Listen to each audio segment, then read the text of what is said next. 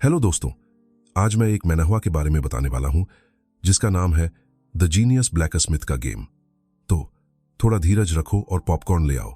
चलो शुरू करते हैं। एक दिन एक वर्चुअल रियलिटी गेम आया जिसका नाम था एरीज। एरीज के हर कैरेक्टर में एआई लगा हुआ है। उनके अपने अपने व्यक्तित्व होते हैं जो निर्णय ले सकते हैं और काम कर सकते हैं। एरीज एक नई दुनिया है जिसे एज्योर कॉर्पोरेशन ने बनाया है। उन्होंने एडवांस एआई का इस्तेमाल करके देवताओं को बनाया है। एरीज के देवता खुद खिलाड़ियों का आकलन करते हैं और उनकी उपलब्धियों के अनुसार उन्हें शक्तिशाली क्षमताएं देते हैं। जो खिलाड़ी इन देवताओं से दिव्य रहस्य प्राप्त करते हैं वो लेजेंडरी हीरो बन जाते हैं। और हाँ, खिलाड़ी अपनी खुद की फौज भी बना सकते हैं और शासक भी बन सकते हैं। तो यहाँ जो कुछ भी असंभव लगता है, एरीज उसे असली बना सकता है। जैसे ही ये गेम लॉन्च हुआ, इसका ग्लोबल कल्चर पर जबरदस्त असर पड़ा। अभी एक ग्रुप खिलाड़ी बिगिनर विलेज में गेम का मजा ले रहा है, जहां असली दुनिया की तरह फिजिक और क्षमताओं का असर गेम के कैरेक्टर्स पर पड़ता है। खिलाड़ी केवल अपने लुक्स को कस्टमाइज कर सकते हैं। इसी वक्त कुछ लोग आसपास स्टेज की तरफ ध्यान दे रहे हैं। ये एक इवेंट है जो एरीज के लॉन्च से ही चल रहा है।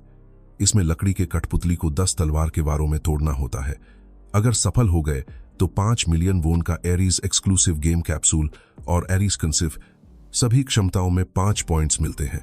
लेकिन ये उतना आसान नहीं है जितना दिखता है। आखिरकार यहां तक कि देश के टॉप एथलीट्स भी इस चैलेंज में फेल हो चुके हैं, जिनमें गोल्ड मेडलिस्ट पत्रकार विक्टर हान भी शामिल हैं। इसलिए अब सबका मानना है कि यह चैलेंज पूरा करना नामुमकिन है। तभी भीड़ के पीछे से आखिरी प्रतियोगी धीरे धीरे सामने आता है, माडूसियाक, जो सबसे ताकतवर प्राइमेट माना जाता है। अफवाह है कि यह बंदा अपने नंगे हाथ से काला भालू मार सकता है। अगर ये वही है तो शायद ये 10 वारों से भी कम में कामयाब हो जाए। अगले ही पल वो सारी ताकत जुटाकर कठपुतली पर एक जोरदार मुक्का मारता है। इस बीच ऑपरेशन टीम जो पर्दे के पीछे बैठी है, अपनी स्क्रीन पर सब कुछ देख रही है। वे भी आशा करते हैं कि सैक कामयाब हो जाएगा। आखिरकार अगर वो भी फेल हो गया तो प्लेयर्स जरूर नाराज होंगे। टीम लीडर सोच रहा है कि कहीं एरीज सिस्टम में मैनुअली दखल दे, लेकिन डायरेक्टर बिल्कुल भी मानने वाला नहीं है। उसी वक्त डूचियो की चुनौती असफल हो जाती है। ये तो बड़ा झटका है, हमें यहां से निकल जाना चाहिए, इससे पहले कि प्लेयर्स शिकायत करना शुरू कर दें।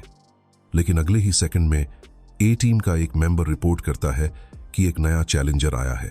तो क्या तुम्हें लगता है कि ऐसा दिखने वाला कोई कामयाब हो सकता है? वो अभी भी स्टार्टर आउटफिट पहने हुए है। कैरेक्टर क्रिएशन में उसके हाथ में जो हथियार है वो ऐसा लग रहा है जैसे उसने पैसे देकर खरीदा हो। कई प्लेयर्स सोचते हैं कि उपकरण खरीदने से ही सफलता मिलती है, लेकिन ये बड़ी भूल है। जैसे ही दोनों जाने वाले थे, अचानक एक तेज आवाज गूंजती है। लकड़ी की कठपुतली एक झटके में 2 हिस्सों में कट जाती है। उसी वक्त एक नोटिफिकेशन विंडो आती है। आप पहले खिलाड़ी हैं जिन्होंने पपेट डिस्ट्रक्शन चैलेंज पूरा किया है। सभी क्षमताओं के आंकड़े 5 अंक बढ़ गए हैं। 200 प्रसिद्धि अंक प्राप्त हुए हैं। ये देखकर दोनों पीछे की तरफ पूरी तरह दंग रह जाते हैं। अभी भी एक्सपर्ट मौजूद है। ऐसा नहीं हो सकता, वो तो बस एक आम खिलाड़ी लगता है। रुको, जल्दी से उसके हथियार का ग्रेड चेक करो। लीडर, उसके हथियार का ग्रेड कुछ अजीब लग रहा है। Epic grade? हथियार की चमक। क्रिएटर ने कोई लेवल लिमिट नहीं लगाई। ये देखकर टीम लीडर पूरी तरह से दंग रह गया। ये वाकई में एपिक ग्रेड है। ये बंदा आखिर कौन है? टाइम वापस जाता है पहले के दिनों में। वो कभी एक वर्ल्ड क्लास मास्टर ब्लैकस्मिथ का इकलौता वारिस था, लेकिन एक बड़ी आग ने उसकी किस्मत पूरी तरह बदल दी। उस हादसे के बाद उसका दाहिना हाथ पूरी तरह बेकार हो गया। अब कारीगर बनना नामुमकिन था। उसका घायल हाथ साधारण मजदूरी के काम में भी मुश्किल पैदा करता था। भारी मेडिकल बिल चुकाने के लिए उसके पास कोई चारा नहीं था सिवाय निर्माण स्थल पर मजदूर बनने के। एक दिन उसका दोस्त किम जीहुन उसे ढूंढने आया। जीहुन ने बताया कि मशहूर गेम एरिस में एक स्पेशल इवेंट चल रहा है। अब तक कोई भी सफल नहीं हुआ, न ही सेलिब्रिटी प्लेयर्स। लेकिन अगर तुम इसे पूरा कर लो तो 5 मिलियन वोन की गेम कैप्सूल मिलेगी। और उसे लगता है कि यह चैलेंज पूरा करना पूरी तरह नामुमकिन नहीं है, क्योंकि पपेट हुंसू को तोड़ने का तुम्हारे पास मौका हो सकता है। इसके लिए उसने खास तौर पर 1 मिलियन वोन खर्च किया एक गेम कैप्सूल पर जिसमें 85% सिंक्रोनाइजेशन रेट था। हाँ, महंगा है, लेकिन ये एक ठोस निवेश है। क्वेस्ट को सफलतापूर्वक पूरा करो और भारी इनाम पाओगे। साथ ही तुम गेम की मुद्रा को असली पैसे में बदल भी सकते हो। अब ज्यादा बात मत करो, बस कोशिश करो। मैंने कहा ना, तुम्हारे पास मौका जरूर है, क्योंकि एरिस में ब्लैकस्मिथ प्रोफेशन तुम ही के पास है। याद रखो, तुम हो वर्ल्ड क्लास मास्टर ब्लैकस्मिथ के इकलौते वारिस। तुम्हारी स्किल के सामने कोई मामूली पपेट कैसे तुम्हारा मुकाबला कर सकता है। लेकिन हुनसू बिल्कुल भी प्रभावित नहीं होता, क्योंकि उसे लगता है कि उसकी मौजूदा हालत ऐसी चीजों के लिए ठीक नहीं है। आखिर में उसने शालीनता से मना कर दिया। एक दोस्त की सलाह थी, लेकिन जीहून परेशान था। तुम ऐसे कितने दिन जियोगे? अपने भविष्य के बारे में कुछ सोचते हो? सारे मेडिकल खर्च मिलाकर 3 अरब हो गए हैं। ये तो पागलों वाली रकम है। तुमने कहा था कि जिंदगी भर कुम्हार बनना चाहते हो।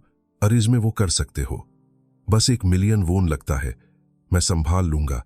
एक बार अपने दोस्त की तो सुनो ना। ये सुनते ही जुनसू तुरंत गहरे विचारों में डूब गया।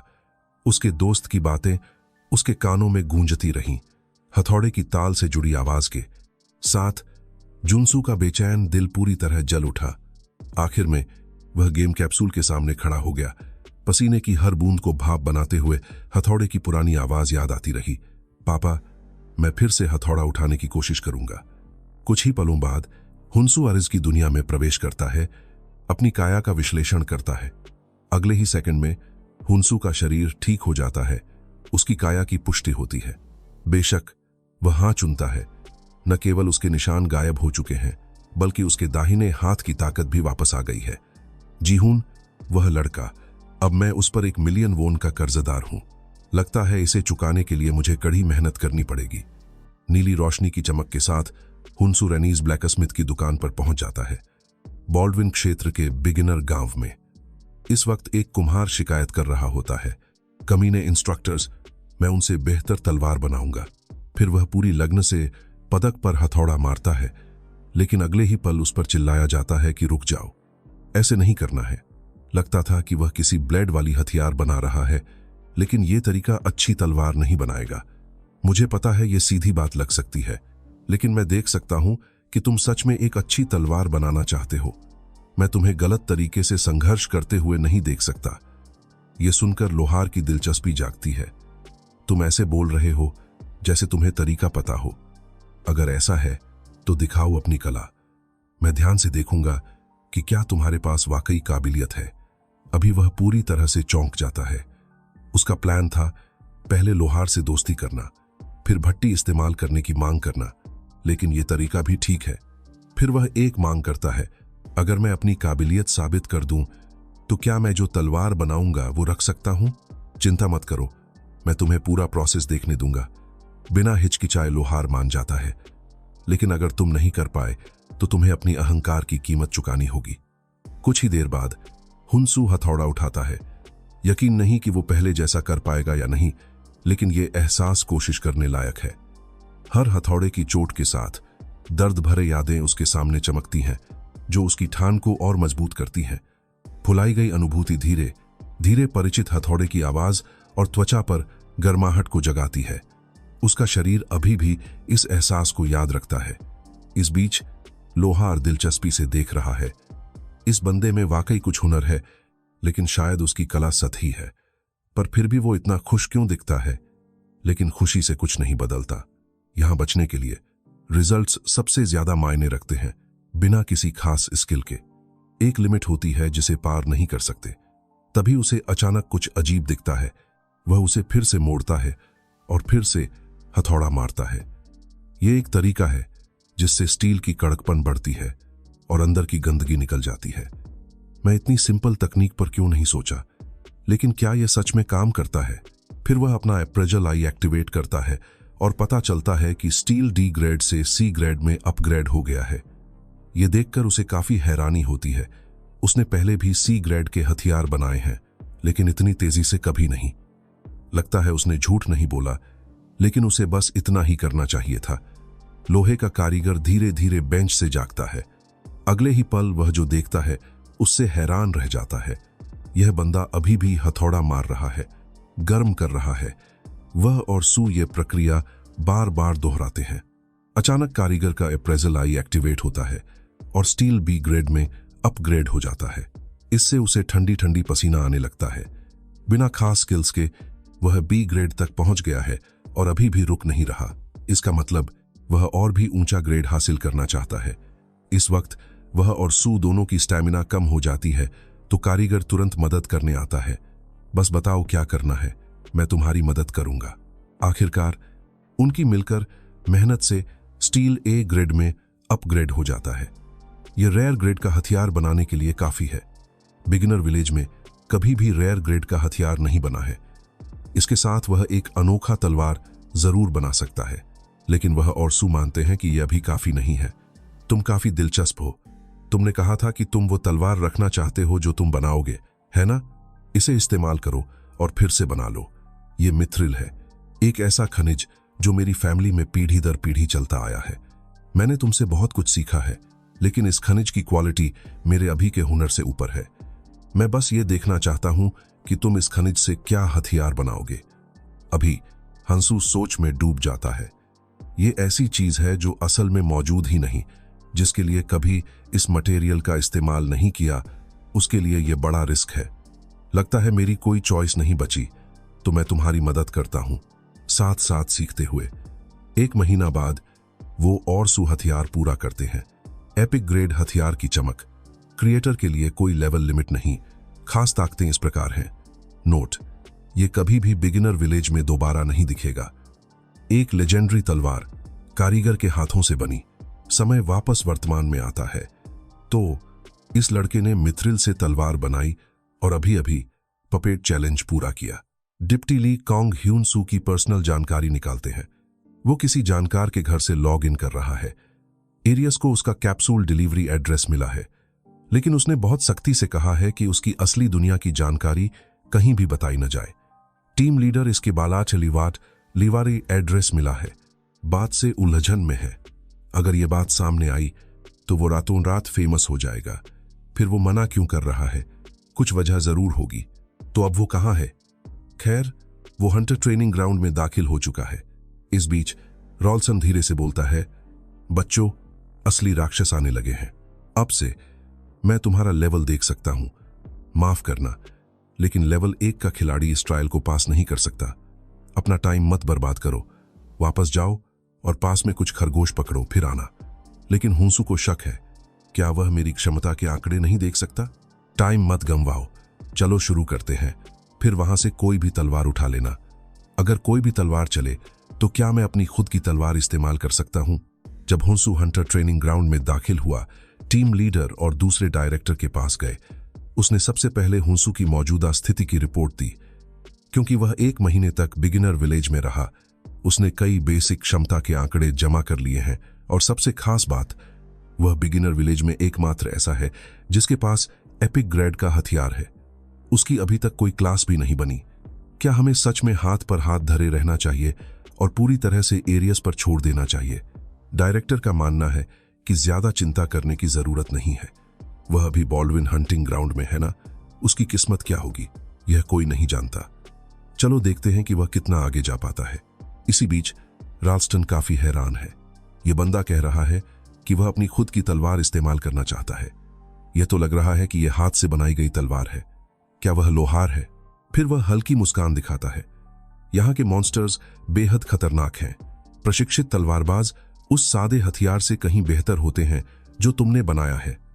अगर तुमने लोहार बनने का रास्ता चुना है तो यहां क्यों आए हो? इंस्ट्रक्टर राल्स्टन की पसंदगी 10 पॉइंट्स कम हुई, लेकिन वह और कोई चिंता नहीं दिखाते। आखिरकार वह बहुत कुछ झेल चुका है। असल में लोहार बनना एक बेकार सपना है, लेकिन एरियस अलग है। उसे लगता है कि यह जगह उसके प्रयासों को मानती है। मैं इस ट्रेनिंग ग्राउंड का सबसे बेहतरीन तलवारबाज बनूंगा। कृपया मुझे सबसे मुश्किल परीक्षा दो। यह सुनकर इंस्ट्रक्टर थोड़ा गुस्सा हो जाता है। क्या यह लड़का मुझे इतना कम समझता है? मैंने इतने लोगों को सिखाया है, क्या मैं सच में तुम्हें गलत आंक सकता हूं? फिर इंस्ट्रक्टर हल्की मुस्कुराहट के साथ कहता है, मेरे पीछे आओ।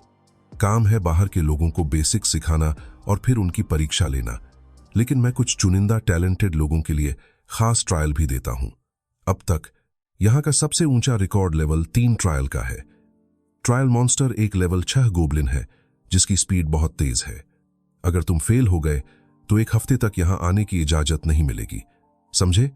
लेकिन तुम और स्यूत हो, हाँ नाखुश हो। सिर्फ लेवल 3 ट्रायल? मैं तो एक ही बार में सबसे ऊंचा स्टेज पास करना चाहता हूं।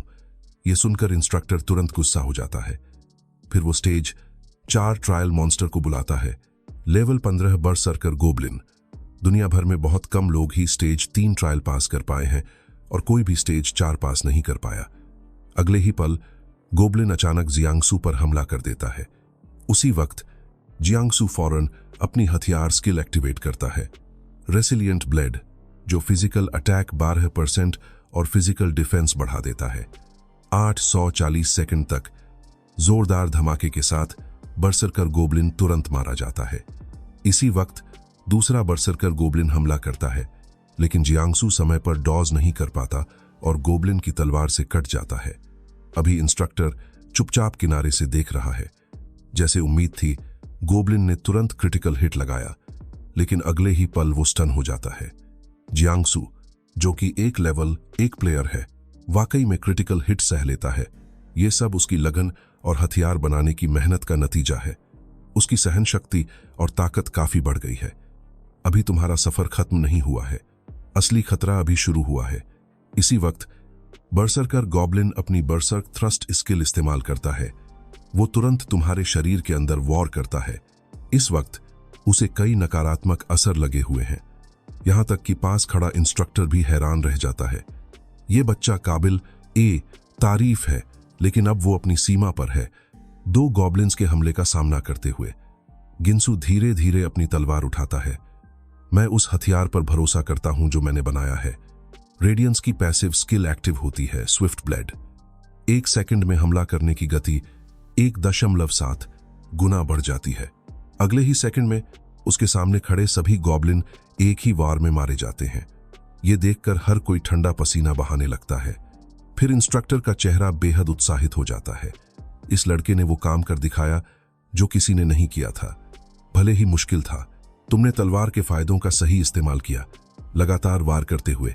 लगता है तुम्हें तलवारबाजी की थोड़ी बहुत समझ है। वैसे किसी ने मुझे बताया था कि लोहार बनने के लिए पहले खुद हथियार चलाना आना चाहिए। जंसू के हाथों पर लगे जख्म देखकर इंस्ट्रक्टर रॉल्सन को सब समझ आ जाता है। असली लोहार सच में ऐसा ही होता है। मेरी पहले की असभ्यता के लिए माफ करना। रॉल्सन की तुम्हारे प्रति पसंदगी अब चरम पर पहुंच गई है। फिर रॉल्सन जंसू से एक सुझाव देता है। तुम्हारी प्रतिभा वाकई कमाल की है। क्या तुम लॉर्ड ऑफ लाइट बनना चाहोगे? अभी ये तो एक दैवीय क्लास बन गई है। जो 2 लोग पर्दे के पीछे देख रहे हैं वो पूरी तरह से दंग रह गए हैं। उसने सच में लाइट नाइट को छो दिया और सिर्फ इसी के साथ उसे दैवीय छुपी हुई class Lord of light offer कर दी। वैसे भी वो पहले से ही टियर 2 के स्पेशल मैनेजमेंट प्लेयर है। ये अच्छी खबर है। जैसे ही वो पहले से ही नेवो प्रेस्पेशल नेवो डिशल के लिए क्लास चेंज क्वेस्ट स्वीकार करेगा, वापस लौटने का रास्ता नहीं होगा। लॉर्ड ऑफ लाइट एक शानदार अस्तित्व है जो सैकड़ों लाइट नाइट्स का नेतृत्व करता है। वो दुनिया का रक्षक होता है। क्या कहोगे? मैं नहीं। इसके लिए लाइटली तुम्हारे पास नाइट्स का राजा बनने का हुनर है। पर हंसू ने उसे ठुकरा दिया। मैं नाइट नहीं हूं, मैं एक ब्लैकस्मिथ हूं, जैसा मैंने सोचा था। तुम वाकई कमाल के हो। शुरू में हंसू सोचता था कि वह कभी हथौड़ा नहीं उठाएगा, लेकिन एरिस में उसे लगता है कि उसकी ब्लैकस्मिथ की जिंदगी फिर से शुरू हो गई है। इसी समय एक नोटिफिकेशन विंडो आती है। छुपी हुई quest analog, B grade quest. Lord से मिलो, विवरण, जाकर मिलो या आगे बढ़ो। ये मेरी सिफारिशी चिट्ठी है। लॉर्ड के महल जाओ, कोई तुम्हारे जैसे खास ब्लैकस्मिथ का इंतजार कर रहा है। फिर इंस्ट्रक्टर हंसू को लॉर्ड ऑफ लाइट द्वारा कभी पहना गया एक सेट आर्मर इनाम में देता है। हालांकि वो जंग लगा हुआ है और अपनी असली ताकत खो चुका है, लेकिन अगर तुम हो तो तुम्हें इसे इस्तेमाल करना आ जाएगा। जाओ और वो करो जो दूसरे नहीं कर पाते। इस वक्त पर्दे के पीछे 2 लोग आखिरकार राहत की सांस लेते हैं। आखिरकार एक मौका है। लोहे के काम करने वाले की कक्षा बदलकर लोहारों के भगवान बन जाने की संभावना। शिकारी प्रशिक्षण मैदान पास करने के बाद हुंसू मुख्य मिशन स्वीकार करता है और इलाके में प्रवेश करता है। सारे शुरुआती ट्यूटोरियल खत्म हो चुके हैं, अब असली रोमांच शुरू होने वाला है। लेकिन उससे पहले उसे असली दुनिया में वापस आकर कुछ काम निपटाने हैं। खेल में लोहार बनने की आदत तो पड़ गई है, पर सबसे जरूरी बात अभी यह है कि अपने पिता के अस्पताल में भर्ती होने और जीवन यापन के मसले सुलझाए जाएं। अंग्रेजी में फोन आता है। हुंसू, सुना है तुमने शिकारी प्रशिक्षण मैदान पास कर लिया है। अब तुम ऑक्शन हाउस इस्तेमाल कर सकते हो। ऑक्शन हाउस एक जगह है जहां गेम के उपकरणों का व्यापार होता है। अपना सामान वहां ले जाओ और सोने के सिक्के कमा सकते हो। 10 सोने के सिक्के का मतलब 10 एक है। वहां बहुत सारे लोग व्यापारी की तरह काम करते हैं। इसलिए मैं चाहती थी कि इस समय तुम एरियस खेलो। जीहून कहता है, तुम जानते हो इस गेम को खेलते हुए मैंने क्या महसूस किया। मैंने तुम्हारे और तुम्हारे पिता के बनाए हथियारों से बेहतर हथियार कभी नहीं देखे। इसलिए मैंने कहा था कि तुम जरूर सफल होगे। जब तुम्हें गेम कैप्सूल मिलेगा तो तुम और भी बेहतर बन जाओगे। सबसे पहले हुंसू अपना पेट भरता है। अब से वह पूरी ताकत से क्राफ्टिंग और मिशन पूरे करने पर ध्यान देगा। भले ही असली दुनिया के लोहार के काम के बोझ से ये कम हो, लेकिन गेम खेलने के लिए भी अच्छी फिटनेस चाहिए। इसलिए वह रोज कड़ी मेहनत से व्यायाम करता है। पापा, थोड़ा और इंतजार करो, मैं तुम्हें जरूर फिर से जगाऊंगा। और हुंसू फिर से एरियस में प्रवेश करता है और ऑक्शन हाउस से जुड़ता है। अपने ऑक्शन आइटम दिखाने के लिए कृपया एक दुकान का नाम डालें। फिर उसने दुकान का नाम रखा ह्यून ब्लैकस्मिथ। अगली ही पल वह ह्यून की ब्लैकस्मिथ आंगन में पहुंच जाता है। उसी वक्त एक नोटिफिकेशन विंडो खुलती है। अब आप कभी भी ऑक्शन बुलेटिन बोर्ड का इस्तेमाल कर सकते हैं। अभी वह सोच रहा है कि क्या डाले। रेडियंस के अलावा उसके पास सिर्फ एक एक्सपेरिमेंटल आइटम है। स्मिथी में बनी ये दुर्लभ ग्रेड की तलवार लगभग 70 सोने के सिक्कों की कीमत की है, लेकिन जीहून ने कहा था इसे सस्ता मत लगाओ, इसलिए उसने इसे 100 सोने के सिक्कों पर रखा। उम्मीद है कुछ अच्छा होगा। इंतजार करते हुए वह गांव में सिस्टम के बारे में और सीखने का फैसला करता है। लेकिन जैसे ही उसने तलवार ऑक्शन में डाली, सभी खिलाड़ी इसके हथियार के गुण देखकर हैरान रह गए। यह एक लेवल 1 क्रिएशन है, बिना किसी क्लास के बनी है, और सबसे खास बात, इसकी ऑक्शन कीमत लगातार बढ़ रही है। इसी बीच गोल्डन शील्ड गिल्ड का ब्रैम वाइस गिल्ड लीडर से संपर्क करता है। वो चीज वाकई कमाल की है। सुना है जिस शख्स ने यह हथियार बनाया वो लेवल 1 था, बिना किसी क्लास के, और सबसे बेहतरीन तलवार बनाई सबसे खराब सामग्री से। और खास बात यह है कि इस तलवार में उपकरण बढ़ाने का सिस्टम है। जब बढ़ाते हो तो कम ग्रेड की सामग्री इस्तेमाल करने से सफलता दर कम होती है। समान ग्रेड की सामग्री इस्तेमाल करने से भी ज्यादा खर्च कम नहीं होता। इस तलवार के गुण लेवल 50 तक काम आते हैं। उस आदमी ने इसका नाम रखा है फर्स्ट स्वॉर्ड, एक लेवल 1 हथियार जिसमें एक्टिव स्किल भी है। मैं मानता हूं यह तलवार खरीदने लायक है। ब्रैम की बात सुनकर गिल्ड के सभी लोग इस हथियार को खरीदने की इच्छा जताते हैं। इसी बीच तलवार को ऑक्शन में डालने के बाद वह और स्यू थोड़े शर्मिंदा महसूस करते हैं। अगर ये नहीं बिकी तो? ठीक उसी वक्त एक नोटिफिकेशन विंडो आ गई। तुम्हारा रजिस्टर्ड आइटम हंस का पहला तलवार बिक गया है। कृपया अभी एडवेंचर्स बुक में जाकर अपना सामान चेक करो। वो काफी हैरान है कि इतना जल्दी बिक गया, लेकिन कीमत ने तो उसे और भी ज्यादा चौंका दिया।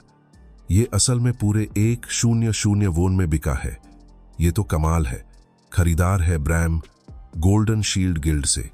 इसी वक्त गोल्डन शील्ड गिल्ड से एक मैसेज आता है। हंस की पहली रचना खरीदने पर सम्मानित महसूस कर रहे हैं। हमारी गिल्ड के दरवाजे हमेशा उत्कृष्ट खिलाड़ियों के लिए खुले हैं। गिल्ड आपके साथ एक्सक्लूसिव सेल्स कॉन्ट्रैक्ट करना चाहेगी, या अगर आप गिल्ड में शामिल होना चाहते हैं तो कभी भी मुझसे संपर्क कर सकते हैं। और वह देखता है कि गोल्डन शील्ड गिल्ड के साथ 80 फॉलोअर्स हैं। जीहून ने एक बार कहा था कि फॉलोअर्स बढ़ाना लेवल अप करने से कहीं ज्यादा मुश्किल होता है। ज्यादा फॉलोअर्स मतलब ज्यादा खिलाड़ी गिल्ड पर ध्यान दे रहे हैं। ध्यान ही इनकम से जुड़ा है। हालांकि ब्लैकस्मिथ शॉप के अभी सिर्फ 82 फॉलोअर्स हैं। बड़ी गिल्ड से भर्ती के ऑफर लगातार आ रहे हैं। एरीज उन ब्लैकस्मिथ्स का इंतजार कर रहा है जो धीरे धीरे असल जिंदगी में गायब हो रहे हैं। ठीक इसी वजह से ब्लैकस्मिथ्स के पास बेजोड़ तकनीकी काबिलियत होती है। वे एरीज में दमकते हैं। फिर हंसू लॉर्ड के महल पहुंचता है। उसे पता है अभी गिल्ड ज्वाइन करने का वक्त नहीं है, क्योंकि उसने अपनी आधी भी क्षमता नहीं दिखाई है। अगला कदम होगा अपनी असली काबिलियत साबित करना। इस बीच लॉर्ड धीरे से बोलता है, बेल, सच में कोई रास्ता नहीं है? हाँ मेरे लॉर्ड, रेस्टोरेशन के दौरान फेल होने का खतरा रहता है। रेस्टोरेशन करना रिस्की है, इससे कटोरे को नुकसान भी हो सकता है। हमें स्थायी रूप से महाद्वीप के सबसे बेहतरीन पुनरुद्धार विशेषज्ञ को ढूंढना होगा, लेकिन ज्यादातर लोग अकेले रहना पसंद करते हैं और किसी को अपना काम नहीं दिखाना चाहते। लॉर्ड परेशान है। मैं अपने इलाके का काम छोड़कर खुद उन्हें ढूंढने नहीं जा सकता। ये मेरे पिता की एकमात्र यादगार चीज है। किसी ने इस तरह की खास नाव कभी नहीं देखी। ऐसा लग रहा है कि कोई रास्ता नहीं है। इसी वक्त बेल एक शरारती मुस्कान देता है। पता चलता है कि वो एक लेवल 100 खिलाड़ी है और चोरी का हुनर रखता है। उसका लॉर्ड वेंस के पास आने का मकसद है, फिर मैं तुम्हें धनुष और सोना दूंगा पुनरुद्धार के लिए। बस मुझे धनुष दे दो, मैं इसे राजधानी ले जाकर पूरी तरह ठीक करवा दूंगा। तभी अचानक तुम उनके पीछे प्रकट हो जाते हो। मैं इसे ठीक कर सकता हूं, यह धनुष यहीं ठीक हो सकता है। इस वक्त लॉर्ड वेंस पूरी तरह हैरान है। तुम कह रहे हो कि जलाए गए धनुष को ठीक कर सकते हो? यह बंदा कहां से आया? गार्ड तुरंत जवाब देता है, मेरे लॉर्ड, उसके पास ट्रेनिंग इंस्ट्रक्टर राल्स्टन का सिफारिश पत्र है। राल्स्टन? मतलब वही राल्सन जो बिगिनर हंटर ट्रेनिंग ग्राउंड से है। लॉर्ड धीरे धीरे बोलते हैं, बॉल्डविन इलाके के लॉर्ड के तौर पर मैं तुम्हें तुम्हारी क्षमताएं और अनुभव बताने के लिए आमंत्रित करता हूं। लॉर्ड वेंस पूछते हैं, तुम्हारी क्लास और लेवल क्या है? तब जुन्सु बोलता है, मेरा नाम जुन्सु है, मैं अभी लेवल 1 हूं और मेरी कोई क्लास नहीं है। यह सुनते ही पास में खड़ा बेल गुस्से में आग बबूला हो जाता है। सिर्फ लेवल 1 होकर भगवान के सामने इतना घमंड करना, और तेरे पास कोई क्लास तक नहीं है। सिर्फ लेवल 80 के ब्लैकस्मिथ ही रेस्टोरेशन स्किल सीख सकते हैं। क्या तुम्हें यह नहीं पता कि यह एक एपिक ग्रेड का रिकर्व बो है? मैंने इस पर पूरे हफ्ते मेहनत की है। लेकिन जो हंसू आगे कहता है उससे सब चौंक जाते हैं। यह रिकर्व बो नहीं है, इसे हॉर्न बो कहते हैं। यह शब्द सुनकर वहां मौजूद हर कोई खामोश हो जाता है। इसी बीच हंसू धीरे धीरे बोलता है, गार्ड बेक से मैंने आम हालात के बारे में सुना। जो धनुष तुम्हारे पिता ने तुम्हें दिया था वो जल गया था और तुम उसे वापस बनाना चाहते हो। ये एक ऐसा धनुष है जिसकी अनोखी आकृति पहले कभी नहीं देखी गई, जिसे बहुत पहले एक रहस्यमयी विदेशी ने दिया था। तभी भगवान बीच में बोल पड़ता है, मैं आमतौर पर विदेशियों के प्रति सहनशील हूं, लेकिन मेरी पारिवारिक विरासत के बारे में बकवास सुनकर मन उचाट हो गया है। अब से तुम सिर्फ वही बातें बोलो जिनकी जिम्मेदारी तुम उठा सको। ये सुनकर हंसू तुरंत कहता है, मैं कुछ पुष्टि करना चाहता हूं। हालांकि यह धनुष एक विदेशी द्वारा दिया गया अनोखा धनुष है, लेकिन इसे इसी इलाके में बनाया गया था, है ना? जब मैं भगवान के हॉल में गया था तो मैंने एक जानवर की तस्वीर देखी थी जो भैंस से जैसी लग रही थी। भैंस के सींग मेरे दुनिया में बहुत खास मटेरियल होते हैं। हालांकि इस धनुष की तंतु थोड़ी अजीब है। यह धनुष गाय की नस से नहीं बल्कि व्हेल तिमिंगल की नस से बना है। क्या आप इसका कोई मतलब समझा सकते हैं? बिल्कुल, वो विदेशी मेरे पिता का दोस्त था और एक ब्लैकस्मिथ भी था। जो तुमने देखा था वो विशाल भैंस के झुंड की तस्वीर थी। हिलते डुलते विशाल भैंस के सींग और व्हेल की नस ऐसे कीमती मटेरियल हैं जो केवल बॉल्डविन इलाके के दलदली इलाकों और नदी के किनारे से ही मिलते हैं। वो व्यक्ति इन प्रीमियम सामग्री का इस्तेमाल करके तीर बनाया था और उसे मेरे पिता को गिफ्ट किया था। मुझे कभी उम्मीद नहीं थी कि तुम उन मटेरियल के राज को पता लगाओगे जिन्हें लेवल 100 के ब्लैकस्मिथ भी नहीं समझ पाए। मैं इस पारिवारिक विरासत को बस ऐसे खोता नहीं देख सकता। इसलिए मैं किसी की तलाश कर रहा था जो इस तीर की मरम्मत कर सके। तुम्हारा नाम जुन्सु है, सही? अगर हो सके तो कृपया मेरी इस विरासत को वापस ठीक करने में मदद करो। क्वेस्ट स्वीकार। वॉरलॉर्ड वॉन्स के हॉर्नबो को ठीक करो। Grader reward 500 gold coin. फिर लॉर्ड बेल को इशारा करते हैं, तुम जा सकते हो। जब जरूरत पड़ी तो तुम्हें बुलाऊंगा। इस बात से बेल गुस्से में आ जाता है। बकवास, ये क्या स्टाइल है इस आदमी का? देख लेना, तुझे पछताना पड़ेगा। कुछ ही देर बाद लॉर्ड तुमसे और सू से पूछता है कि तीर की मरम्मत के लिए कौन कौन सी सामग्री चाहिए। क्या तुम मुझे भैंस के सींग और व्हेल की नस ढूंढने में मदद करोगे? मुझे ओक, मॉलबेरी, बांस और औजार भी चाहिए। जैसे ही जुन्सु हॉर्नबो को छूता है, अगले ही पल तीर की मरम्मत का तरीका और जरूरी सामग्री उसकी आंखों के सामने आ जाती हैं। उसके पिता ने एक बार उसे तीर बनाना सिखाया था। अब तुम्हें खुद हाथ से ये सब सामग्री संभालने का एहसास सीखना होगा। 99% सिंक्रोनाइजेशन वाले गेम पॉड की मदद से अब वह मसल मेमोरी पर भरोसा करके अपने पिता के तरीकों के मुताबिक तीर बना सकता है। इसी बीच लॉर्ड जॉन सुसाइड के पास आता है और कहता है, मैं भी तुम्हारी मदद करता हूं। कुछ ही देर में दोनों काम बांट लेते हैं और विभिन्न सामग्री को प्रोसेस करना शुरू कर देते हैं। जल्दी ही लॉर्ड सांस लेने के लिए हांफने लगता है और थक चुका होता है, लेकिन हंसू की खुशमिजाज शक्ल देखकर वो खुद को फिर से ताजगी महसूस करता है। समय तेजी से बीतता है। 1 हफ्ता गुजर जाता है। लॉर्ड अब और सहन नहीं कर पाता, फिर भी उसे अभी भी अपनी मदद चाहिए होती है बाण बनाने में। मेरे लॉर्ड, आप मेरी मदद करने आए हैं हर दिन, क्योंकि आप अपने पिता की विरासत अपने हाथों से फिर से बनाना चाहते हैं, है ना? हाँ बिल्कुल, ये बाण मेरे पिता और मेरी यादों को समेटे हुए है। और तुम्हारा क्या हंसू, तुम्हें सींग वाले धनुष बनाते हुए खुशी दिखती है? हाँ, मेरे भी कई खुशगवार यादें जुड़ी हैं, लेकिन यादों को फिर से संजोना समय और मेहनत मांगता है। 10वां दिन, 15वां दिन, 20वां दिन, आखिरी दिन, दोनों ने मिलकर आखिरकार उस सींग वाले धनुष को पूरा किया, जिसका नाम था आर्चर, एपिक ग्रेड हथियार। सींग वाला धनुष जिसका नाम था आर्चर। सामाजिक क्षमताएं और गुण इस प्रकार हैं। एक ऐसा सींग वाला धनुष जो मूल से भी ज्यादा निपुण और ताकतवर है। दृश्य बदलता है। लॉर्ड अपने पिता की मूर्ति के पास जाता है। पापा, क्या आप देख रहे हैं? ठीक वैसे ही जैसे पहले एक रहस्यमयी विदेशी ने मुझे ये सींग वाला धनुष दिया है। मेरे लॉर्ड, कृपया इसे जल्दी आजमाएं। लॉर्ड धनुष खींचता है और तीर छोड़ता है, जो 10 मीटर दूर के लक्ष्य को भेद देता है। अब महसूस कुछ अलग है। यह धनुष अब पहले से भी बेहतर हो गया है। नोटिफिकेशन विंडो दिखती है। आपने एक 100% प्रदर्शन सीमा पार कर ली है। पुनर्स्थापना सफल हुई। प्रभु के साथ आपकी घनिष्ठता अधिकतम स्तर पर पहुंच गई है। वह और सू को धन्यवाद। आपने जो किया है उसके मुकाबले में जो इनाम दे रहा हूं वो बहुत कम है, इसलिए मैं आपको अतिरिक्त 2000 सोने के सिक्के दे रहा हूं और आप लोहार की दुकान का भी मुफ्त इस्तेमाल कर सकते हैं। यह सुनकर शुनसुई बहुत खुश हो जाता है। आखिरकार 2000 सोने के सिक्के 20 लाख से ज्यादा की कीमत के हैं, जो उसके लिए कुछ समय तक आराम से जीने के लिए काफी हैं। फिर प्रभु की आवाज बदलती है, क्या तुम तलवारबाजी सीखना चाहोगे? प्रभु हंसू को तलवारबाजी सीखने का प्रस्ताव देते हैं। वे पहले तलवारबाज थे, फिर बॉल्डविन के प्रभु बने। वे अपनी ज्वालामुखी तलवारबाजी के लिए पूरे संसार में प्रसिद्ध हुए थे, जो एक साथ चारों तरफ से आने वाले राक्षसों को मार गिराने में सक्षम थी। यह बॉल्डविन के प्रभु की रक्षा करने वाली ज्वाला राज्य की गुप्त तलवारबाजी है। वारन लीजी हेस्पेरेंडो की है। हालांकि जूनसू एक प्राकृतिक लोहार है, प्रभु उनमें तलवारबाजी की प्रतिभा देखते हैं और प्रशिक्षक राल्सन के सिफारिशी पत्र की वजह से वे इस बात को और भी पक्का मानते हैं। हंसू उपकरणों को तुरंत नियंत्रित कर सकता है और विभिन्न हथियारों का उसका ज्ञान अविश्वसनीय है।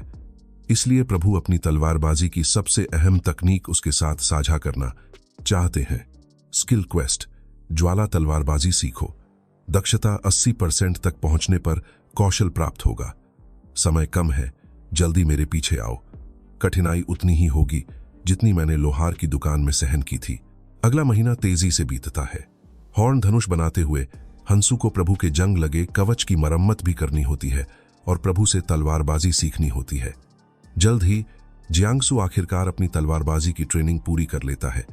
फिर विदाई का पल आता है। भगवान को जिज्ञासा है, जुनसू, तुम्हारा अगला गंतव्य कहाँ है? मैं प्रस्थान करने से पहले अपनी क्लास चुनना चाहता हूं। जुनसू अपने सामान को व्यवस्थित करता है।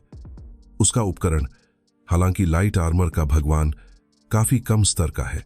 सौभाग्य से डैमेज रिफ्लेक्शन स्किल इस कमजोरी को पूरा करता है। साथ ही उसने एक हॉर्न बाव बनाया है जो सटीकता को 60% बढ़ाता है। फिर वह नए बने हॉर्न बाव को नीलामी में डालता है। यह उसका दूसरा धनुष है। देखते हैं इस बार यह कितने में बिकता है। इस बीच एक खिलाड़ी हॉर्न बाव की विशेषताओं को ध्यान से देख रहा है। यह सच में अविश्वसनीय है। यहां तक कि ब्लैक, जो देश के टॉप रैंकिंग खिलाड़ी हैं, ने लेवल 10 पर जो धनुष बनाया था वह इससे कहीं कमतर है। वह इंसान सच में लेवल 1 पर कम गुणवत्ता वाली सामग्री से ऐसा धनुष बना पाया। दुनिया के नंबर एक ब्लैकस्मिथ ने एक बार कहा था कि इस गेम में सब कुछ एरिस तय करता है। जब एरिस किसी खिलाड़ी से प्रभावित होता है तो उसे संबंधित क्लास, स्किल्स और टाइटल मिलते हैं। अगर इंसान के ब्लैकस्मिथ का मालिक इस स्तर को बनाए रखता है तो एक दिन वह स्मिथ द स्पीकर जैसा लेजेंडरी क्लास टाइटल हासिल कर लेगा। रेन, गोल्डन शील्ड गिल्ड का नेता। हॉर्नबाउ की अंतिम नीलामी कीमत 2050 गोल्ड कॉइन्स हुई। यह जियांगसू को चौंका देता है। किसी ने गेम में धनुष खरीदने के लिए 2 मिलियन खर्च कर दिए। अब रयान के ब्लैकस्मिथ के 3200 फॉलोअर्स हो गए हैं। गिल्ड भर्ती के पत्र और हथियार कमीशन की मांग इतनी ज्यादा है कि संभालना मुश्किल हो गया है। जियांगसू तब किताब बंद करता है। वह तुरंत इस यात्रा के लिए अपनी मंजिल की ओर निकल पड़ता है, ब्लैकस्मिथ सैंक्चुअरी की ओर।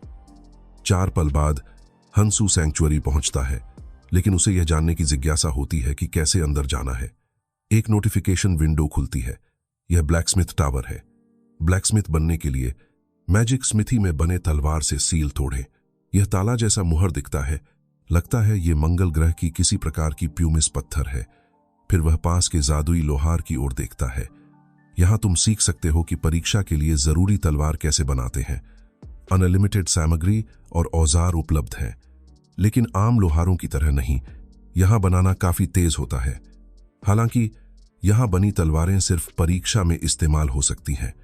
परीक्षा में इस पत्थर के ताले को तलवार से काटना होता है, जो लोहार की क्षमता की परीक्षा है।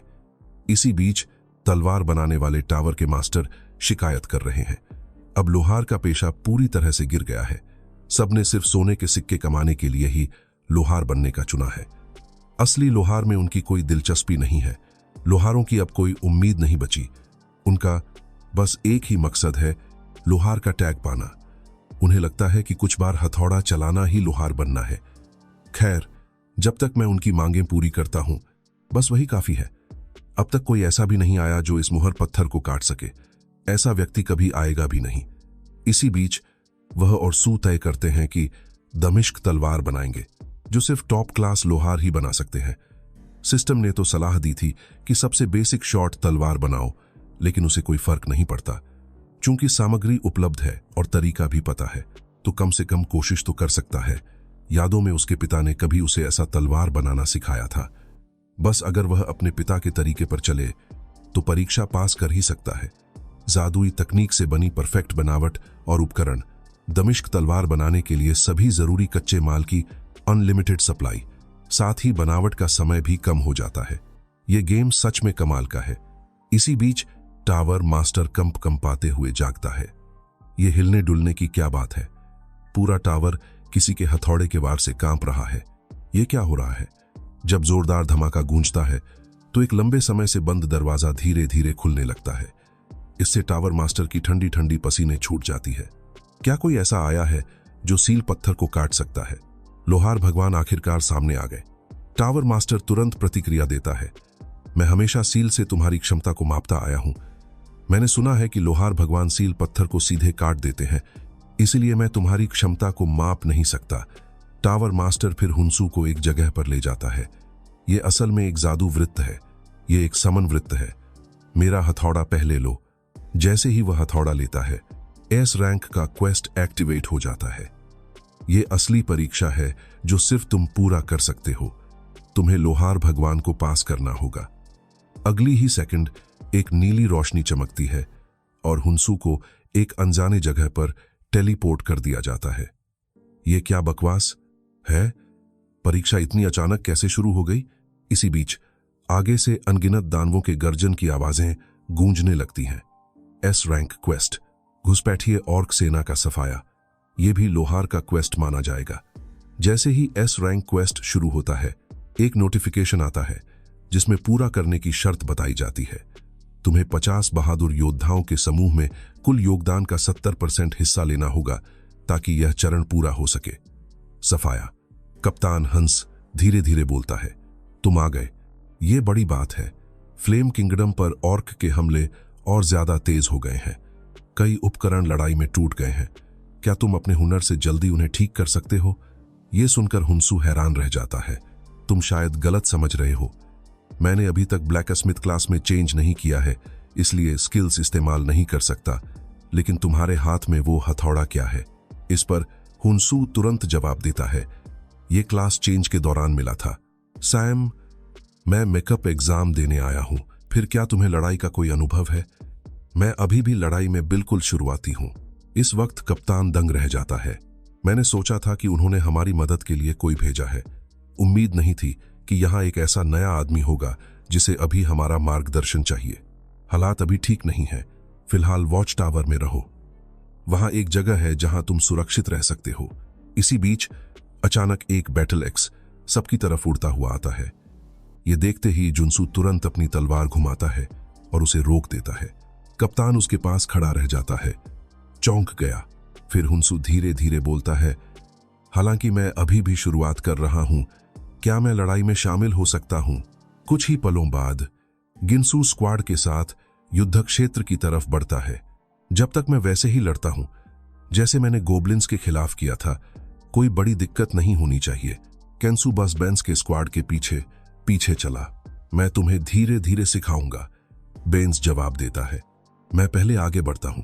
अगले ही पल एक ऑर्क अचानक स्क्वाड पर हमला करता है। गोबलिन्स से लड़ने की तुलना में दबाव कुछ अलग सा लग रहा था। क्या यही असली लड़ाई है? ऐसा लग रहा है, लेकिन मैं हार नहीं मानूंगा। जैसे ही एक आकृति तेजी से गुजरती है, ऑर्क का सिर वहीं कट जाता है। लगता है 1 महीने की ट्रेनिंग बेकार नहीं गई। यहां तक तो बैन भी हैरान रह गया। तुम सच में बिल्कुल बेस्वाद हो। ये तो कमाल है। बात करते करते एक और ऑर्क बैन पर हमला कर देता है। ये देखकर हुनसू तुरंत अपने हॉर्न बाव पर स्विच करता है और अचानक एक तीर छोड़ता है। अगली ही पल वो ऑर्क कई मीटर दूर उड़ जाता है। फिर जुनसू लगातार कई तीर चलाता है। हैरानी की बात यह है कि सारे तीर सीधे ऑर्क के सिर पर लगते हैं। बैन चौंक जाता है। एक ही तीर से इतनी ताकतवर ऑर्क को उड़ाना, यह मुमकिन भी है? कप्तान चिल्लाता है। बैन होश में आता है और देखता है कि ऑर्क हुनसू पर हमला कर रहा है। इस नाजुक वक्त हुनसू अपना हथियार बदलकर रेडियंस डांस लेता है। ये 10 मीटर के दायरे में मौजूद सभी दुश्मनों पर बिना भेदभाव हमला कर सकता है। कुछ ही समय मैन आसपास के सारे ऑर्क हुनसू के हाथों खत्म हो जाते हैं। उसकी हिस्सेदारी अब 19% हो गई है। कोई शक नहीं कि मास्टर लियो ने उसे क्यों भेजा। उसके साथ लड़कर हम वो हासिल कर सकते हैं जो पहले कभी नहीं कर पाए। वो वाकई कमाल का है। सभी ने आज जुनसू के साथ मिलकर ऑर्क सेना को पूरी तरह नष्ट कर देना है। जुनसू की शानदार लड़ाई ने उपद्रव दल के हौसले को बुलंद कर दिया है, लेकिन इसी वक्त उसे एक बात भी समझ आती है। आखिर इतनी तेजी से मारने के बाद भी उसकी हिस्सेदारी इतनी धीरे क्यों बढ़ रही है? वो उनसे कई गुना तेज है। तभी अचानक आगे एक छुपा हुआ क्वेस्ट आ जाता है। एक नया सीन जो पहले कभी नहीं दिखा। लेवल 51 के ऑर्क योद्धा सामने आ जाते हैं। ये देखकर वहां मौजूद हर कोई दहल जाता है। वे आखिरकार सामने आ गए, वे जिन्हें हम कभी हरा नहीं पाए, हमारे दुश्मन। अब उन्हें समझ आया कि वे घिरे हुए हैं, लेकिन अब पीछे हटने का कोई मौका नहीं है। कप्तान, हम तैयार हैं। आज हमें उन्हें हराना है। हम बिल्कुल भी पीछे नहीं हटेंगे। सही कहा, आप ऐसे नहीं चल सकते। सभी चलो मौत तक लड़ते हैं। अगले ही पल सभी ओरकों पर टूट पड़े। इसी बीच इंसान सू पीछे से अपने धनुष से कवर फायर देता है, लेकिन जल्दी ही पता चलता है कि तीर ओरक योद्धाओं पर असर नहीं कर रहे। इस हॉर्न धनुष में पैठ और सटीकता बढ़ाने की खासियत है, लेकिन ओरक योद्धाओं की त्वचा जैसे सख्त कवच हो। केवल धनुष से हमला करना काफी नहीं है। स्थिति को देखते हुए कप्तान अभी भी पीछे हटने से इनकार कर देता है। अगले पल जब ओरक योद्धा जोरदार वार करता है, हंस का दाहिना हाथ वहीं कट जाता है। धत्तेरे की। कप्तान हंस, क्या आप ठीक हैं? ओरक योद्धा के आने के बाद सभी अब समझ चुके हैं कि वे किसी भी हालत में ओरक के कवच को पार नहीं कर पाएंगे। इस बार सभी पूरी तरह से खत्म हो जाएंगे। तभी हंसू सबको चिल्लाता है, अगर हम ऐसे ही चलते रहे तो भारी नुकसान होगा। पहले हमें एक रक्षा गठन बनाना होगा, फिर जल्दी से पीछे की फौज के पास लौटना होगा। मैं तुरंत तुमसे जुड़ता हूं। यह सुनकर बैन तुरंत सभी को इंसान सू के निर्देशों का पालन करने, कप्तान को सुरक्षित रखने और फिर पीछे हटकर फिर से जुटने का आदेश देता है। जितनी जल्दी हो सके जंगल की ओर पीछे हटो और एक डिफेंसिव फॉर्मेशन तैयार करो। बैन हंसू को याद दिलाता है कि जंगल में उनकी गति धीमी हो जाएगी, इसलिए वे सिर्फ थोड़ा सा वक्त खरीद सकते हैं। क्या तुम 5 मिनट तक टिक पाओगे? बिल्कुल, हम जरूर टिकेंगे। कुछ ही पलों में हंसू बांस के एक घने जंगल में पहुंचता है। तीर ठोस कवच को भेद नहीं सकते। नहीं, कोई तरीका तो होगा। वह अपने हाथ में हथौड़े को देखता है। लियो का नकल करने वाला हथौड़ा, एपिक ग्रेड। पैसिव स्किल से कंज्यूमेबल्स की नकल कर सकता है। एक्टिव स्किल से क्राफ्टिंग टाइम कम हो जाता है। इसके साथ यह जरूर संभव है। इस बीच सभी ओरक के हमलों का मुकाबला करने की कोशिश कर रहे हैं, लेकिन साफ दिख रहा है कि वे 5 मिनट तक टिक नहीं पा रहे। यह उनके लिए बहुत मुश्किल लग रहा है। ठीक उसी वक्त जब एक ओरक योद्धा अपना विशाल कुल्हाड़ी घुमाने वाला होता है, अगले ही पल एक तीर सीधे उसके गले में घुस जाता है। यह देखकर बैन हैरान रह जाता है। क्या चल रहा है? पता चलता है कि उसने और सू ने नए तीर बनाए हैं। जैसे ही वह अचानक एक तीर छोड़ता है, वो तुरंत ही एक ओरक योद्धा के सिर में घुस जाता है। फिर वह फिर से क्रॉसबो से तीर छोड़ता है। छोटा तीर, रेयर ग्रेड, खास स्किल के साथ। बैठने की क्षमता 70% बढ़ी हुई है। तीर की गति 60% तेज है। तीर का डंडा छोटा है, जिससे उड़ान की गति सामान्य तीरों से ज्यादा है। इसमें भयानक विनाशकारी ताकत है, जो बांस के फटे हुए और हथौड़े से कसे गए पत्थरों को भी तोड़ सकता है। एक सिंग वाले धनुष के साथ ये तीर उनकी सुरक्षा को जरूर भेदेंगे। इस बीच सभी ओरक पर हमले शुरू कर देते हैं। हुंसू के लिए हमले के मौके बनाने होंगे। उसकी और सू की लगातार बौछारों के तीरों के बीच ऑर्क योद्धा एक एक कर जमीन पर गिरते जाते हैं। हुंसू को ऑर्क स्लेयर का खिताब मिल जाता है। ऑर्क्स के खिलाफ हमले की ताकत 15% बढ़ जाती है। ऑर्क्स तुम्हें देखकर डर जाते हैं। वे इतने घबराए हुए हैं कि डर के मारे भाग खड़े होते हैं, लेकिन हुंसू उन्हें भागने नहीं देता। अचानक वह एक तीर छोड़ता है। तीर तुरंत ही ऑर्क्स के सिर में धंस जाता है। सूचना विंडो खुलती है। एस रैंक मिशन, आक्रामक ऑर्क सेना को मात दो, पूरा हुआ। अंतिम योगदान 92%। तुमने शानदार प्रदर्शन के साथ इसे पूरा किया है। सब सब्जुगेशन स्क्वाड तुम्हारे शानदार प्रदर्शन की तारीफ करता है। सब सब्जुगेशन स्क्वाड तुम्हारे कमांड पर भरोसा करता है। छुपी हुई उपलब्धि अनलॉक हुई। बैटलफील्ड लीडर 10 करिश्मा पॉइंट्स प्राप्त हुए। कैप्टन हंस हुंसू के पास आता है। मैंने कभी सोचा नहीं था कि अपनी जिंदगी में ऑर्क योद्धाओं को हरा पाऊंगा। मैंने कभी उम्मीद नहीं की थी कि तुम इसे इतनी शानदार तरीके से पूरा करोगे। तुम्हारा बहुत बहुत धन्यवाद। बोलना खत्म करने से पहले सभी लोग हुंसू और सू को सबसे ज्यादा आदर दिखाते हैं। मुझे भी आप सभी का धन्यवाद कहना होगा। आखिरकार तुमने मेरी क्वेस्ट पूरी करने में मदद की। अब चलते हैं पहले ब्लैकस्मिथ टॉवर की तरफ। इसी बीच ब्लैकस्मिथ हॉल के केंद्रीय टॉवर में तलवार बनाने वाला कारीगर धीरे धीरे बोलता है। ब्लैकस्मिथ टॉवर धीरे धीरे कमजोर पड़ रहा है। अब सारी इज्जत और शान नाइट्स के कब्जे में है, और जो ब्लैकस्मिथ बने हैं वे सिर्फ पैसों के लिए अंधे हो गए हैं। हमें किसी ऐसे इंसान की जरूरत है जिसके पास असली ब्लैकस्मिथ की आत्मा हो। कोई ऐसा जो इस तलवार को चलाने के काबिल हो। कई लोग कोशिश कर चुके हैं, लेकिन कोई भी भविष्यवाणी में बताए हुए वो नहीं था। बहुत पहले लोहार भगवान ने एक भविष्यवाणी छोड़ी थी कि एक वारिस आएगा और लोहार फिर से फल फूलेंगे। एक लोहार पास खड़ा हंसता है। क्या ये लियो ही नहीं है जो सारे टावर मास्टर्स में से तलवार परीक्षा के लिए क्वालिफाइड हुआ है? क्या आप हमें धोखा दे रहे हो? चुना हुआ एक, तुमने हम सबको बस इस विदेशी को परीक्षा की क्वालिफिकेशन देने के लिए बुलाया है। बोलने वाला गुस्से में है। तीरंदाजी लोहार मास्टर टावर कर्सन, क्या तुमने वो चिट्ठी पढ़ी जो मैंने भेजी थी? उसने वो परीक्षा पास कर ली जो हमने डिजाइन की थी, इसीलिए वो ट्रायल के लिए योग्य है। और तो और उसने अभी तक अपनी क्लास भी नहीं बदली, लेकिन उसने सैनिकों की अगुवाई की और अपनी लोहार की कला से सारे ऑर्क योद्धाओं को खत्म कर दिया। ये सुनकर वहां मौजूद हर कोई यकीन नहीं कर पाता। बिना क्लास बदले पूरी तरह खत्म कर दिया। पास। वो परीक्षा लोहार भगवान के वारिस के मानक के हिसाब से बनाई गई थी। तो ये तलवार आखिरी जवाब देगी। तुम इसे तुरंत देख लोगे। एक अधीनस्थ धीरे धीरे बोलता है। मास्टर लियो, मास्टर ह्यू और स्यू हॉल में आ गए हैं। समझ गया। उसे जल्दी से यहां लेकर आओ। कुछ ही देर बाद वह और स्यू हॉल में आते हैं। स्वागत है विदेशी, तुमने परीक्षा पास कर ली है और लोहार मंदिर में प्रवेश की क्वालिफिकेशन हासिल की है, और तुम लोहार भगवान की भविष्यवाणी तलवार को चुनौती देने के लिए भी योग्य हो। इस पर कर्स्टन तिरस्कार भरे स्वर में चिल्लाता है। तुमने जो धनुष बनाया है वो बस औसत दर्जे का है, लेकिन तुम्हारी किस्मत अच्छी रही। अगर तुम्हारे पास एपिक ग्रेड का धनुष नहीं होता तो तुम परीक्षा में बिल्कुल भी पास नहीं हो पाते। अब तलवार खींचकर देखो, देखते हैं कि भगवान भाग्य फिर से तुम्हारा साथ देते हैं या नहीं। जूनसू सोच में पड़ जाता है। ये लोग सब ब्लैकस्मिथ टॉवर के मास्टर हैं। हर एक लेजेंडरी लेवल का सुपर फेमस एनपीसी है एरिज में। ये ब्लैकस्मिथ्स वाकई में जबरदस्त लेवल और टाइटल वाले हैं।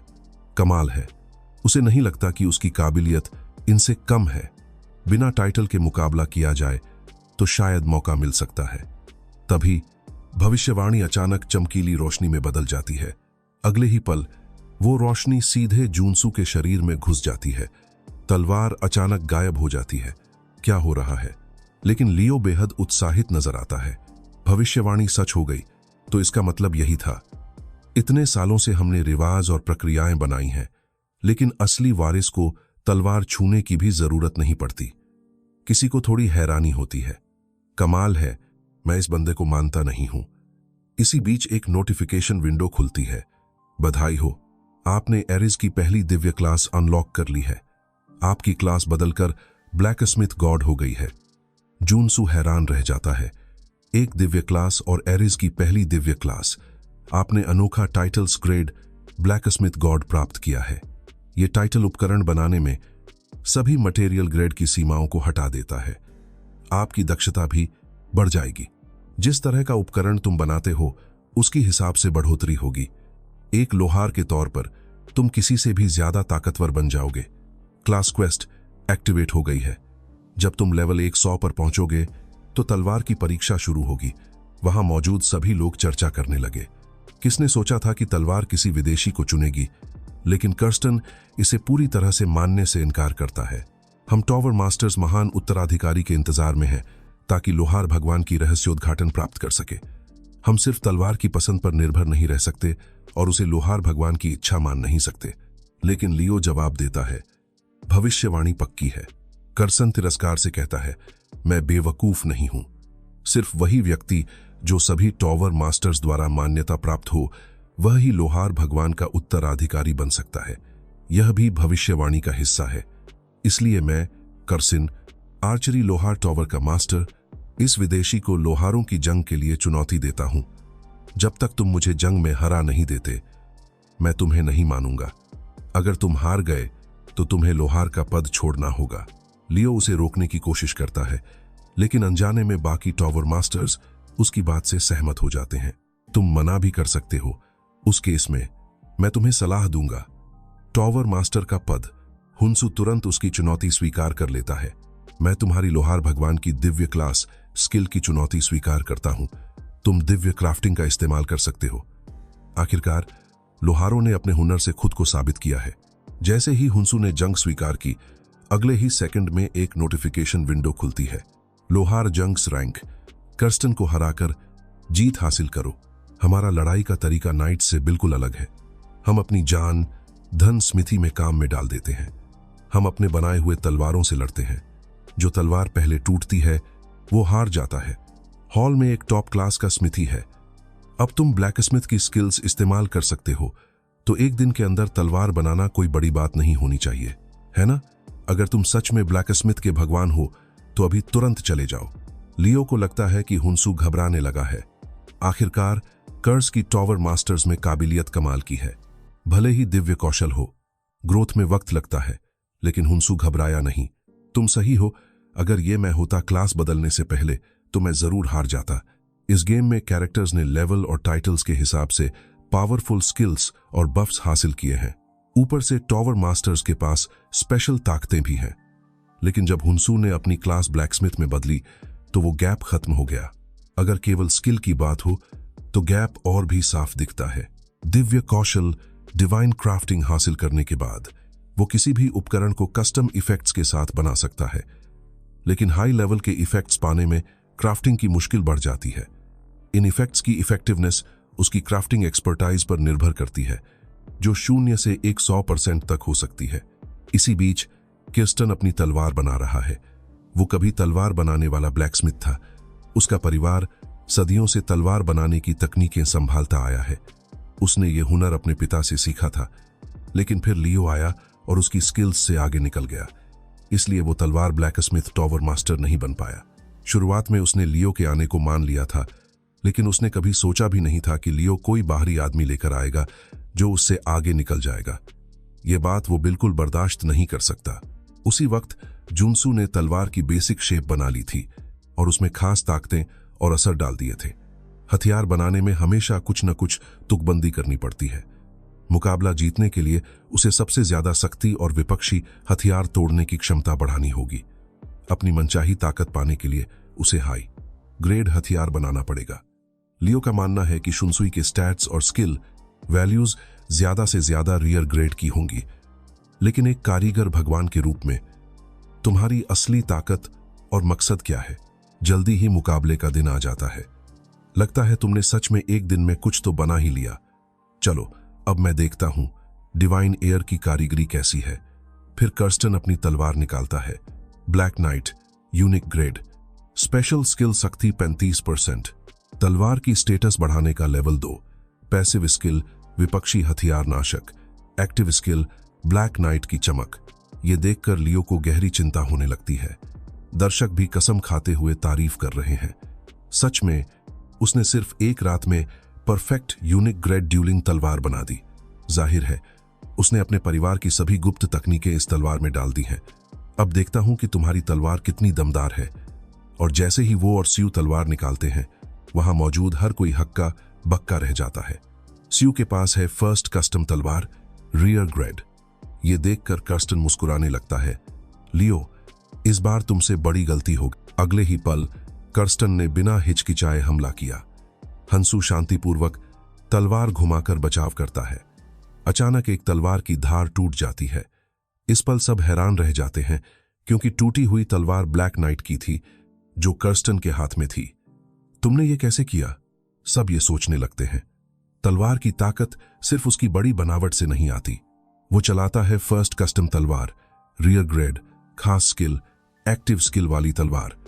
इस तलवार के पास 65% मौका होता है कि वो कई दूसरी तलवारों को एक साथ तोड़ सके, और ये एकदम अनोखी है। इस वक्त उसके पिता की सीखें कर्स्टन के कानों में गूंज रही हैं। लोहार भगवान इस पर अवतरित होंगे और किसी दिन वह इंसान हमारी सामान्य सोच को तोड़ देगा और हमें नेतृत्व करेगा। एक दिन हम भी उसकी मार्गदर्शन हासिल करेंगे। सिर्फ तलवारें तोड़ देने से टावर के मालिकों को मनाया नहीं जा सकता, इसलिए मैं ऐसी तलवार बनाऊंगा जो दूसरी तलवारों को काट सके। पहले की बात याद करते हुए लियो गिनसू के विचार से सहमत नहीं था। आखिरकार यह बहुत मुश्किल काम था, लेकिन हुनसू मानता है कि मनचाहा उपकरण बनाने के लिए लोहार की कला और थकावट रहित मेहनत जरूरी है। सामान्य सोच से परे साहसिक फैसले, निर्णायक निर्णय, बेहतरीन ज्ञान और लक्ष्य हासिल करने की क्षमता, ये सब हुनसू में है। लोहार भगवान, क्या मैं भी ऐसी तलवार बना सकता हूं? जाहिर है इस दुनिया में कुछ भी नामुमकिन नहीं है। अंत में कर्स्टन स्वीकार करता है। वह अपनी क्षमताएं, धनुर्विद्या, लोहार टावर मास्टर का श्राप को अपनाता है और लोहार भगवान का अभिवादन करता है। ठीक जब हुनसू द्वैत मिशन पूरा करता है, कर्स्टन उसके पास एक खजाने का संदूक लेकर आता है। ये लो 500 सिक्के, इन्हें भी स्वीकार करो। यह एक स्क्रॉल है जो सिर्फ लोहार टावर मास्टर्स के बीच ही चलता है। इस स्क्रॉल में एक दैवीय दर्जे के धनुष बनाने का तरीका लिखा है। तुमने लोहार टावर के 10 खजानों में से एक दैवीय बोस निर्माण विधि हासिल कर ली है। कर्स्टन के पास इस धनुष को पूरा करने का कौशल नहीं है, इसलिए वो इसे हुनसू के हवाले करता है। तभी इसकी असली कीमत सामने आएगी जब वह महान मार्ग पर चलेगा। इस वक्त वह धीरे धीरे बोलता है, लोहार आखिरकार प्रकट हो गया है। हमें भी बेहतर बनने के लिए और मेहनत करनी होगी। तो हंसू, सबसे ताकतवर बनने की कोशिश करना, दुनिया को अच्छे से एक्सप्लोर करना। यह दिव्य यात्रा अभी बस शुरू हुई है। सीन बदलता है। कुंतु जीहून को बताता है कि पिछले कुछ दिनों में क्या हुआ। यह सुनकर जीहून हैरान रह जाता है। तुम सच में दिव्य क्लास में बदलता है। यात्रा बादशाह बीलास ने डीहस गए। मुझे तो लगा तुम्हारा कारीगरी इतना बढ़िया है कि उसे बर्बाद मत करो, इसलिए मैंने तुम्हें एरियस खेलने को कहा था। मुझे कभी उम्मीद नहीं थी कि तुम्हें गेमिंग का भी टैलेंट होगा। तो दिव्य क्लास में बदलने के बाद क्या फर्क पड़ा? ज्यादा फर्क नहीं लगता। असली बात यह है कि मुझे कल अपने पापा के हॉस्पिटल के बिल भरने हैं। अब तक ये 1 करोड़ से ऊपर हो गए हैं। जीहून उस नई दवा का जिक्र करता है जिसकी जांच वो और सू ने करने को कहा था। वो नई दवा इंश्योरेंस में नहीं आती और कम से कम 2 करोड़ की पड़ेगी। और ये तो तुम्हारी जलने की चोटों का खर्चा भी नहीं है। सिर्फ क्लास बेचकर ज्यादा पैसे नहीं कमा सकते। जो बनाए हुए गियर बेचो उसकी भी स्टैमिना नहीं चलेगी। सबसे जरूरी है लेवल और रेपुटेशन। दिव्य विकास अब शुरू होता है।